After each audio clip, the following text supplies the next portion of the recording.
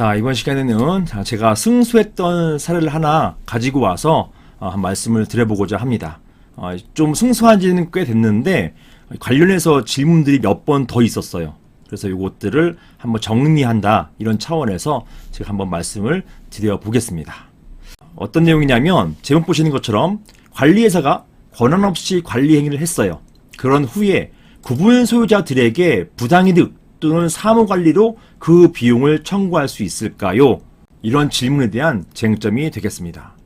자, 구체적인 내용을 제가 질문을 한번 읽어보겠습니다. 한번 보실게요. 안녕하세요, 변호사님. 저는 경기도 고양에 있는 어떤 상가 오피스텔 건물의 소유자입니다. 다름이 아니고 관리회사가 적법하게 선임되지도 않은 관리인과 위탁 도급 계약을 체결하였고, 그러니까 적법한 관리회사도 아닌 거죠. 그렇게 적법하지도 않은 관리회사가 관리비를 청구한 것입니다.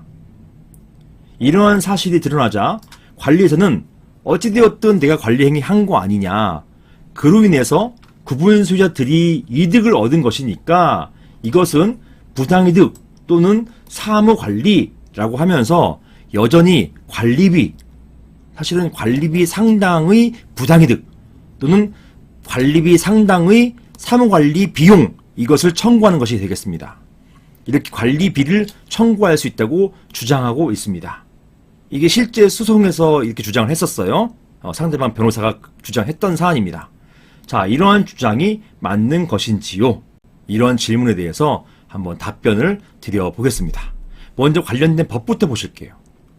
자, 사안 같은 경우는 관리비, 그 다음에 부당이득, 그 다음에 사무관리, 이런 내용이 나왔잖아요. 관련된 법들이 다 있습니다. 먼저 관리비 관련돼서는요, 집합건물법 제17조, 요것이 관리비 관련된 규정이에요. 우리 아파트 같은 공동주택관리법에는 관리비라고 하는 그런 제목도 있고 여기 관련된 내용들이 많습니다. 그런데 집합건물법은요, 관리비 이런 항목이 없어요. 이런 제목도 없고 이런 문구도 없어요. 어떤 표현을 쓰냐면 공용부분 관리비용, 이렇게 관리비용이라는 표현을 씁니다. 그래서 각 공유자는, 이거는 구분소유자들이에요. 각 구분소유자는 규약에 달리 정한 바가 없으면 그 지분, 이 그는 전유부분 지분입니다. 제가 관련된 동영상에 몇 차례 말씀드린 내용들이에요. 그래서 생략하겠습니다. 이 그는 전유부분 지분이에요. 뭐 분양면적 지분, 공용부분 지분이 아니고요. 전유부분 지분의 비율에 따라서 판례가 그렇습니다. 공용부분 관리비용과 그 밖의 의무를 부담하며 반대로 공용부분에서 생기는 이득도 취득한다라는 것입니다. 그래서 집합건물법상 관리비의 근거 규정은 제17조고 표현은 관리비용, 이렇게 표현되어 있다, 이렇게 보시면 되겠습니다. 자, 다음은 민법인데요. 사무관리 규정이 좀 더 앞서요. 민법 734조에 사무관리 이렇게 되어 있습니다. 이 사무관리, 어떤 관리할 수 있는 주체가 남의 업무를 관리해주는 거예요. 남의 사무를 관리해주는 겁니다. 즉 의무 없이 타인을 위해서 그 다음 사무를 관리하는 자, 즉 의무 없이 사무를 관리하는 자예요. 그리고 그 사무의 성질조차서, 자, 이런 자는 그 사무의 성질조차서 가장 본인에게 이익되는 방법으로 관리를 해야 되고, 이렇게 관리를 해준 사람은 비용 상환 청구권이 있습니다. 즉 내가 관리해 줬으니까 관리비를 줘, 이렇게 그 상환 청구할 수 있는 권한이 있습니다. 비용을 청구할 수 있는 권한이 있다는 얘기예요. 보통 이런 예를 많이 들죠. 어떤 생선 가게들이 있는데 그 생선 가게 주인이 잠시 자리를 비운 사이에 손님이 왔어요. 그러니까 그 옆에 계신 분이 이런 생선 가게 주인 대신에 그걸 팔아준 겁니다. 팔아줄고 거기에 대한 대가를 요구하는 것, 이걸 말하는 것이죠. 이걸 보통 사무관리 내용이라고 봐요. 즉 의무 없이, 의무도 없는데 타인을 위해서 사무를 관리했다라는 것입니다. 자, 그 다음 부당이득이에요. 민법 741조입니다. 법률상 원인 없이 타인의 재산 또는 노무로 인해서 이익을 얻고, 법률상 원인 없이, 즉 법적 근거 없이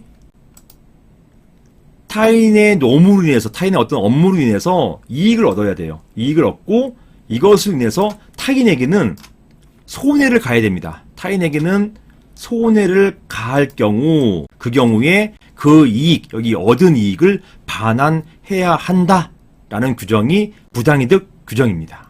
이게 바로 부당이득과 관련된 규정이 되겠습니다.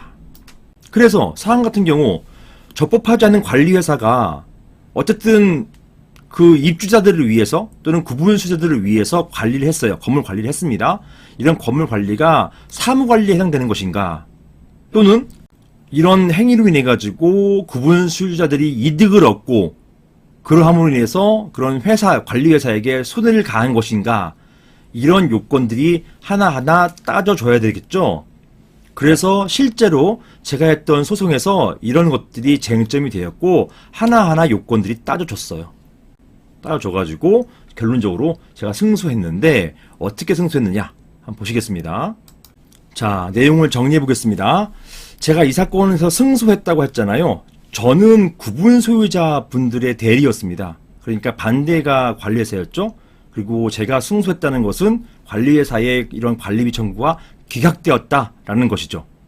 그러면 여기에서 어떻게 제가 승소했느냐? 여기에 승소해서 했던 내용들이 제가 정리해 봤는데요. 이것이 각각 제가 주장했던 것이고 이게 받아들여진 것입니다. 자, 그 주장 중 첫 번째가 무엇이었냐 하면, 첫 번째, 적법한 관리 주체가 아니기 때문에 집합 건물법상의 관리비 청구 주체가 될 수 없다라는 것이고, 당연하죠. 이렇게 적법하게 소진되지 않은 관리인과 위탁도급을 체결했다 하더라도 이게 적법해지지는 않는 거잖아요. 그러니까 적법하지 않은 관리업체입니다.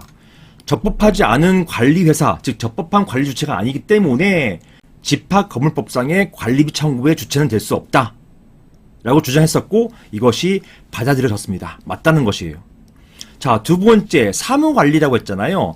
민법상 사무관리와 관련해서 이러한 관리 업무인 사무는 관리회사의 사무가 아니라 관리단의 사무이기 때문에, 즉 관리회사가 청소하고 주차 관리하고 이러는 것들은 관리단의 사무인 거잖아요. 관리단의 사무이기 때문에 관리회사는 관리단에게 이걸 책임을 물어야 되는 것이지 구분 소유자 개개인에 청구할 수는 없다는 것이에요. 관리단의 사무니까 사무관리, 남의 사무로 관리줬으니까 그 사무의 책임을 지는 사람에게다가 청구하는 거잖아요. 아까 생선가게 같은 경우는 자리를 비운 생선가게 주인에게 비용을 청구하는 것이지 주인이 아닌 다른 사람이 청구하는 게 아니란 얘기예요. 그 사무관리, 그 어떤 사람의 사무, 그 사무가 있는 사람, 그런 사무를 갖고 있는 주체에게 청구하는 것이지 이 사무의 주체가 아닌, 이 사무의 주체가 아닌 자에게 청구하는 것 안 된다는 것이고요. 구분 소유자는 이런 사무의 주체가 아니라는 것입니다. 이런 관리 업무의 사무는 관리단의 사무라는 것이에요. 그러니까 관리에서는 타켓이 잘못되었다, 사무관리 주장하려면 관리단을 상대로 했어야 된다, 이 말을 하고 있는 것입니다. 따라서 사무관리는 성립되지 않습니다. 이러한 주장도 받아들여졌고요. 자, 세 번째, 이제 부당이득이에요. 민법상 부당이득. 자, 관리에서는 난 법률상 원인도 없이, 자, 무효라면서, 관리인이 무효로니까 나도 무효이고 나는 의무도 없는데 당신들을 위해서 일해준 거 아닙니까? 라고 주장했고, 이런 부당이득 관련해서 어떻게 했느냐. 체납 구분 소유자, 뭐 관리비 안 냈으니까 체납이라 할게요. 이런 체납 구분 소유자가 관리단에게 부담하는 관리비 납부 의무가 소멸된 게 아니라는 거예요. 즉 관리단은 그 구분 소유자에게 납부 의무를 지울 수 있죠. 소멸된 게 아니기 때문에 당해 구분 소유자에게 관리비 상당의 이득을 얻은 게 아니라는 거예요. 부당 이득이라는 것은 그 사람의 이득이 생겨야 되는 건데 이득이 생기지 않았다는 것입니다. 왜냐? 관리비를 내야 할 의무는 여전히 있으니까. 만약에 관리비 낼 의무가 없어졌다면 이득이 될 수 있겠죠? 하지만 그런 이득이 없기 때문에 따라서 부당이득도 성립되지 않는다는 거예요. 자, 이게 판례의 취지가 되겠습니다. 판례도 마찬가지로 똑같이 봤어요. 즉 제가 첫 번째, 두 번째, 세 번째 관련해가지고 다 답변을 하니까 이 답변 하나하나를 다 인정한 것입니다. 자, 그래서 관리회사가 권한 없이 관리를 한 후에 구분 소유자에게 부당이득 또는 사무관리로 그 비용을 청구할 수 있을까요? 여기에 대해서 청구할 수 없다. 이게 답이 되겠습니다. 왜냐? 적법한 주체가 아니기 때문에 관리비는 안 된다. 그리고 관리단위 사무이기 때문에 구분 소유자 개개인에게는 사무관리 주장 못한다. 그리고 구분 소유자가 이것으로 인해서 관리비 납부 의무를 면한 게 아니기 때문에 이득이 없다. 따라서 부당이득도 안 된다. 자, 이것 때문에 결론적으로 전부 안 된다. 이렇게 정리해 보겠습니다. 이상입니다.